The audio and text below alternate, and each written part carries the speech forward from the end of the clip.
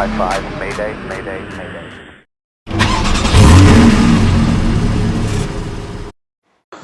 Sabah aracınızın direksiyonuna geçip marşa bastığınızda duyduğunuz ses belki de o sabah duyduğunuz en güzel seslerden biridir. Aracınız çalıştığında içiniz rahatlar ve aracınızla ilgili bir problem olmadığını düşünerek rahatlarsınız. Otomobillerde kullanılan elektrikli start sistemi aslında pek çok içten yanmalı motor tipinde kullanılan ortak sistemlerden biridir. İçten yanmalı motor kullanan küçük uçaklarda da kullanılan bu sistemler ihtiyacımızı fazlasıyla görüyor olsa da devasa uçak motorlarının çalıştırılabilmeleri için otomobillere göre çok daha komplike ve karmaşık start sistemleri olarak bilinen düzenekler kullanılır.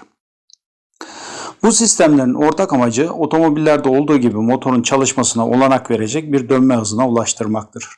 Genel olarak havacılık tarihinde start sistem türlerine baktığımızda manuel, kartriçli, elektrikli, hidrolikli, küçük jet motorlu, piston motorlu ve pneumatik yani havalı start sistemlerinin kullanıldığını görürüz. Bu start sistemlerini açıklamadan önce havacılığın ilk yıllarından başlayarak motorlara nasıl ilk hareket veriliyordu? Hadi ona bakalım. Uçakların ilk icat edildiği yıllarda start sistemleri daha gelişmediğinden uçak ve otomobil motorlarının ilk hareketleri manuel yani insan gücüyle gerçekleşmekteydi. Bu amaçla motor crank miline direkt bağlı pervane veya kranka bağlı bir kol döndürülerek motorun ilk hareketi sağlanıyor ve motor içinde yanma başlıyordu.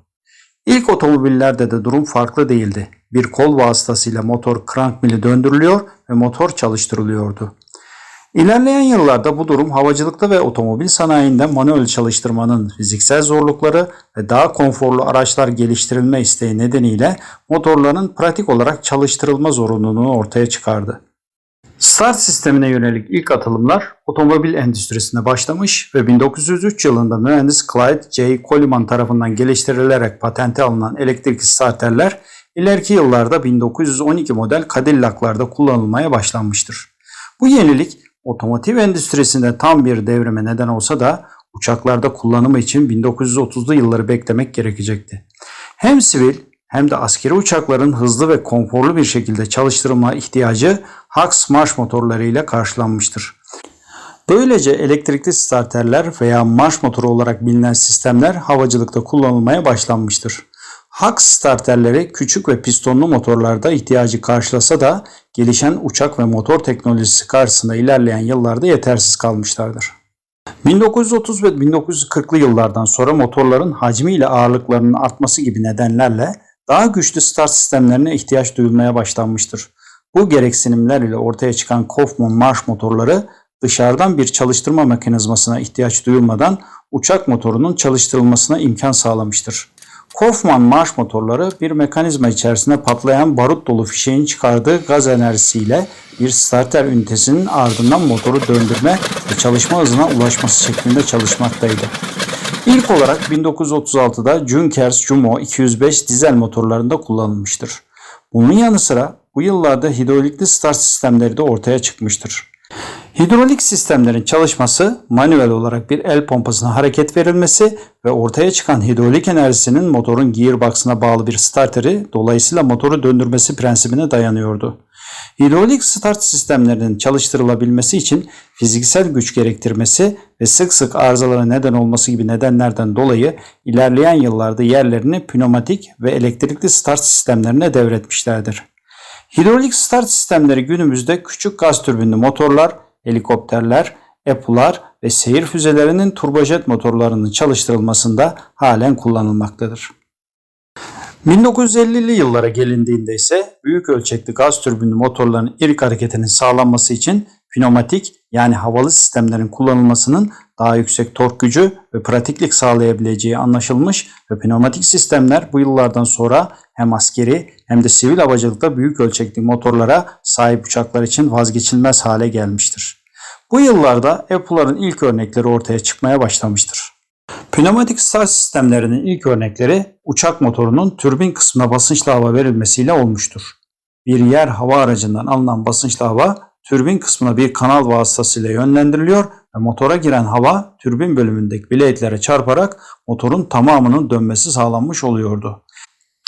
Özellikle F-5 uçaklarının J-85 motorlarında kullanılan bu yöntem Daha sonraları F-4 Phantom uçaklarında motorun dişli kutusuna takılan bir starter ünitesine basınçlı hava verilmesi şeklindeki bir yapıya evrilmiştir.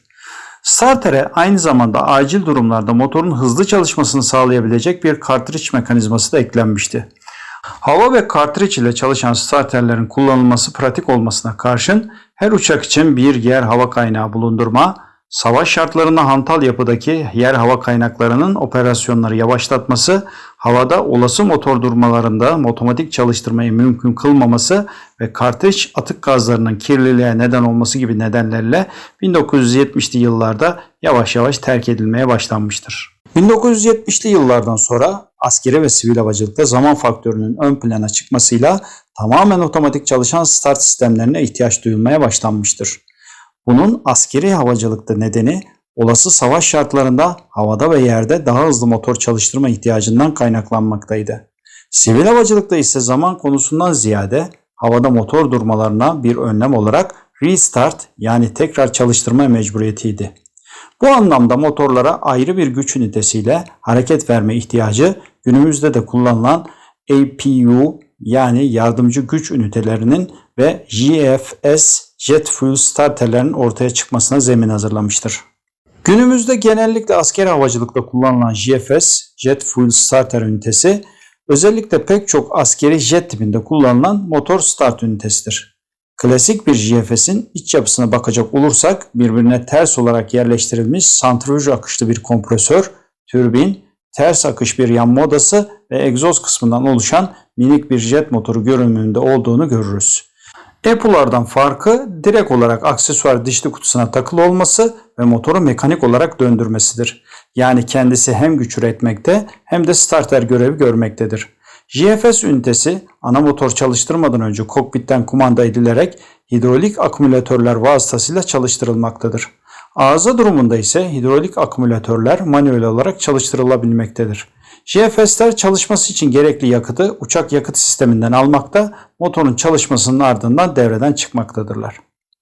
Modern havacılıkta askeri ve sivil uçaklarda kullanılan APU'lar küçültülmüş jet motorlarıdır ve turboşok motor kategorisine girmektedirler. Daha basit anlatımıyla büyük bir gaz türbinli motoru starter kanalıyla döndürmek için kullanılan mini gaz türbinli motorlar şeklinde de ifade edilebilir. APU'ların ortaya çıkması ile özellikle motora takılı startere pneumatik güç sağlama imkanı kazanılmıştır. Ayrıca APU'lar sayesinde havada motor durma olaylarında motorun tekrar çalıştırılması anlamında yedek bir güç sağlanmıştır. Ticari yolcu uçaklarında sıklıkla kullanılan APU'lar CFM56 motorlarında start sistemine basınçlı hava vererek motorun döndürülmesi sağlanmıştır. Arkadaşlar bu videomuzda biraz önce bahsettiğimiz start sistemleri ışığında Boeing ve Airbus'larda kullanılan motorlardan CFM56 start sistemini basitçe anlatmaya çalışacağım. Sistemin ana üniteleri start valve ve starter'dir. Starter diğer start sistemlerinde olduğu gibi aksesuar dişli kutusuna takılmıştır. CFM56'larda start sisteminin amaçları yerde ve havada motor çalıştırma ve crank olarak ifade edilen yani motor çalıştırmadan döndürme şeklinde özetlenebilir.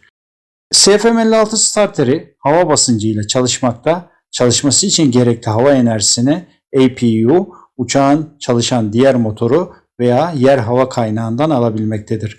Starterin çalışması için gerekli hava basıncı genel olarak APU'dan motorlara gelen uzun bir hava kanalı ile sağlanmaktadır. APU'lar genel olarak yerde kullanılsalar da havada acil durumlarda motorların çalıştırılması için çok etkili bir yedek güçtür. CFM56 motorunun start sisteminin devreye konulması kokpitte bulunan start panelinden yapılır. Motor çalıştırma anahtarı ground durumuna alındığında start valve açılır ve APU'dan gelerek hazırda bekleyen basınçlı havanın startere doğru geçmesine müsaade eder. Starter takılı olduğu aksesuar dişli kutusunu döndürerek bir mekanik enerji verir. Dişli kutusunun hareketi bir dikey şaft vasıtasıyla N2 kompresör şaftına iletilir ve N2 kompresör ünitesinin dönmesi sağlanır. Bu sayede çalışan motor kendi kendini idame ettirecek bir hıza ulaştıktan sonra görevini bitiren starter devreden çıkar ve start valve kapanarak startere hava akışını keser.